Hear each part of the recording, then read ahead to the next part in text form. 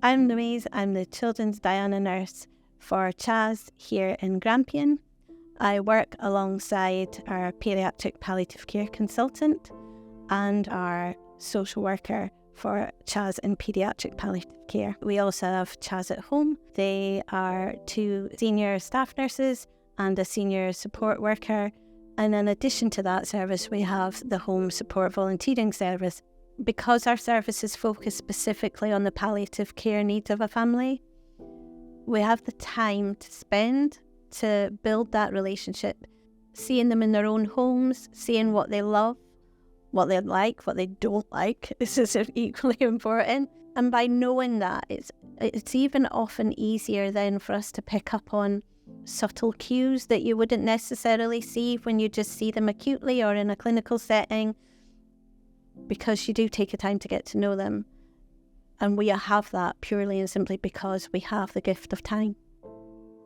CHAS at home provide a wide range of things. So it can be at a time of crisis, whether it be because a care package has fallen down and there are gaps in care and families are finding it difficult to cope. They provide that respite for a family, to a mum and dad to just have dinner together. They equally provide sibling supports and enhance that sibling experience of care.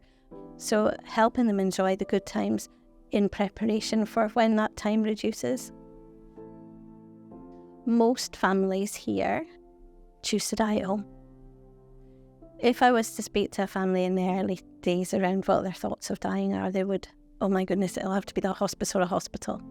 And it's because they don't know what death looks like. But if you're supported and empowered throughout that journey, caring for your child at the end of their life is as natural as caring for them at the beginning of their life. So because you have the privilege of time to get to know a family, for them to learn to trust you, for example, even when a child dies in the hospice, there is always that time when they will return to the local area. For one of our children, Jaden, Mum knew that I would meet her at home along with our CHAS at home team, that she would have a familiar face, that she would feel safe, that we would settle him in back in his own bed. For him, he was all about superheroes. And so it was helping Mum think about, well, where will we get superheroes to come to his funeral? And we did. And for his mum, Lynn, to know that she had it her way and that he would be remembered at every step of his journey. But if we didn't have the time to do that, we wouldn't be able to pick up on those little things that mean so much.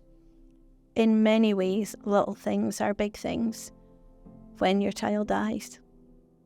So if I'm providing post-death support, if it was the case of an unexpected death, I can support them from the point of admission to the A&E department.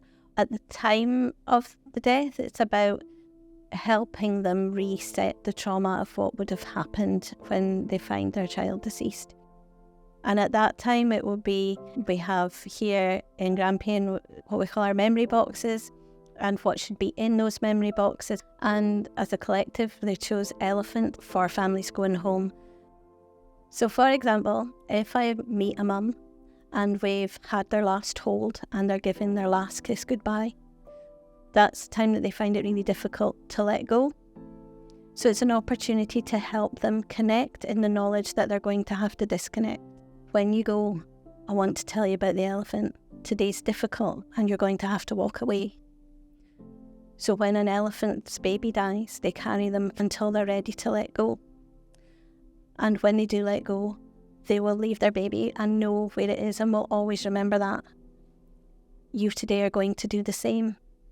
Today, you're going to tell your elephant your secrets and we're going to place it with your baby. And you take yours with you. I want you to hold it and hold it tight until you can meet again. And that connection will be there until you face each other again. And when they say their final goodbyes, when the baby's placed in their casket and that lid is closed, they'll swap their elephants over. So mummy's elephant goes with baby and baby's elephant stays with mum. So they will remain connected. Where we don't recognise how valuable the elephants have been. But if your arms are empty when you leave a hospital, or when you leave your child's room, you have something to hold on to, and many will say they're soft.